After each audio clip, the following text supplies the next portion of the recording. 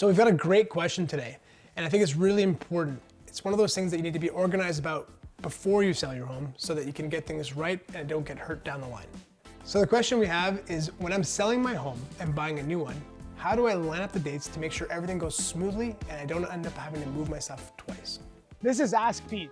Send me all your real estate questions and I'll get you the answers.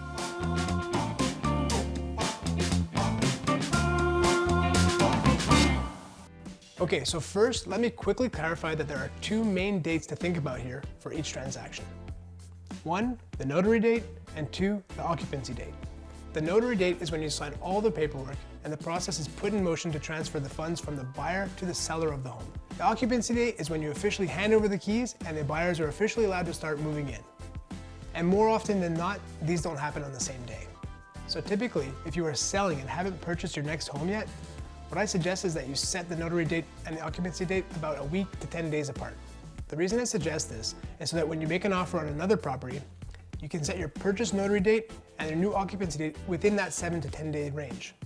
So we always need a few days between the notary of the sale of your property and the notary of the purchase of your new property to allow time for the funds to clear. Typically, this is a minimum period of 48 hours, but leaving as much as 3 to 5 days between is best. One of the things we sometimes suggest is to use the same notary as the person purchasing your property. This can help facilitate the process to shorten that time frame. So here's a hypothetical scenario of how that timeline could work. March 1st, notary date and sale of your home. March 4th, notary date and purchase of your new home.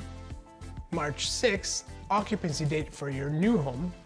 And March 9th, the date you need to be out of the home you sold. So taking this approach means there's no need for short-term storage, no need to move into your in-laws' house, and no need to move your stuff twice. I hope you enjoyed this question about how to line up your moving dates.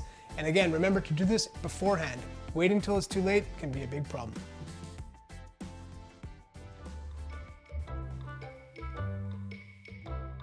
You got my headphones, okay. Just kidding. I don't know. Waiting. I'm reading it like exact. There's no question mark. Was that from Anchorman? Can you rewind that? Sorry. You ate your bucket. And I'm Ron Burgundy.